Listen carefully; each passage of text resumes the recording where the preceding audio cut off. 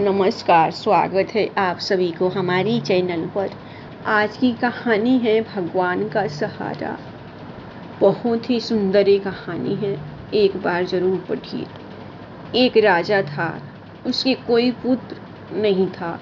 राजा बहुत दिनों से पुत्र की प्राप्ति के लिए आशा लगाए बैठा था, लेकिन पुत्र की प्राप्ति नहीं हुई। उसके सलाहकारों ने तांत्रिकों से सहयोग लेने को कहा।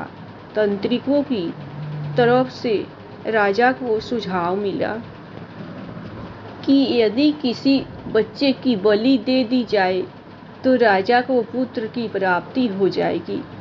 राजा ने राज में ढिढोरा पिटवाया कि जो अपना बच्चा बलि चढ़ाने के लिए राजा को देगा, उसे राजा की तरफ से बहुत सारा धन दिया जाएगा। एक परिवार में कई बच्चे थे, गरीबी भी बहुत थी। एक ऐसा बच्चा भी था जो अपने में ज़्यादा मगन रहता था, जैसे कोई चिंतक हो। कुछ मिला तो खा लिया, नहीं मिला तो चिंता नहीं। अत्यंत गरीब परिवार के लिए तो वह अनुपयोगी जैसा हो गया था, क्योंकि ऐसे परिवारों में आशा की जाती थी वह कुछ काम धाम करे और कुछ नहीं तो माता पिता का ही हाथ बटाए। पर वह तो बुद्धिमानों जैसे यत्न करता, ज्ञान की बातें करता। उसका परिवार उसको लेकर बड़ा निराश था। राजा की मुनादी सुनकर परिवार को लगा कि क्यों न इसे राजा को दे दिया जाए।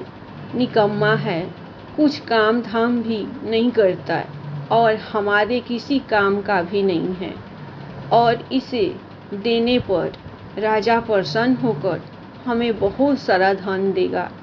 बच्चा राजा को दे दिया गया। राजा ने बच्चे के बदले उसके परिवार को काफ़ी धन दिया।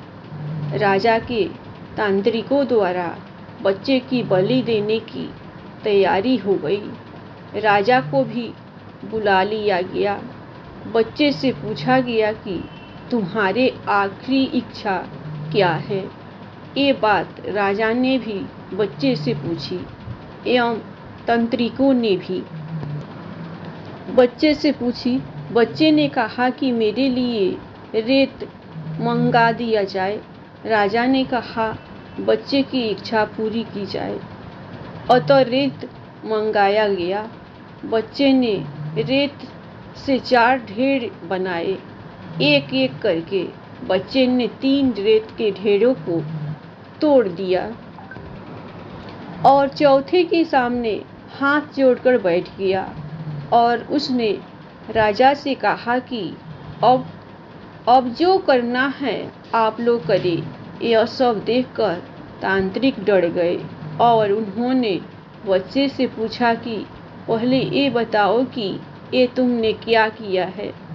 राजा ने भी यही बात बच्चे से पूछी तो बच्चे ने कहा कि पहली ढेरी मेरे माता पिता की थी, मेरी रक्षा करना उनका कर्तव्य था, परंतु उन्होंने अपने कर्तव्य का पालन न करके पैसे के लिए मुझे बेच दिया, इसलिए मैंने ये ढेरी तोड़ दी।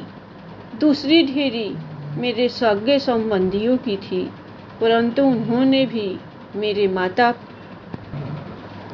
पिता को नहीं समझाया, अतः मैंने दूसरी ढेरी को भी तोड़ दिया।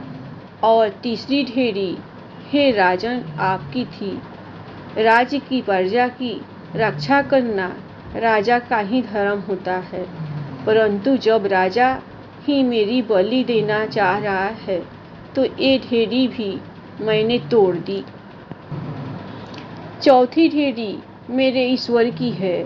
अब सिर्फ और सिर्फ अपने ईश्वर पर ही मुझे भरोसा है, इसलिए यह एक ढेरी मैंने छोड़ दी है। बच्चे का उत्तर सुनकर राजा अंदर तक हिल गया।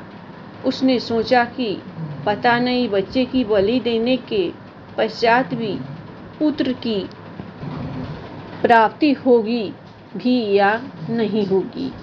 इसलिए क्यों न इस बच्चे को ही अपना पुत्र बना लिया जाए। इतना समझदार और ईश्वर भक्त बच्चा है, इससे अच्छा बच्चा और कहाँ मिलेगा।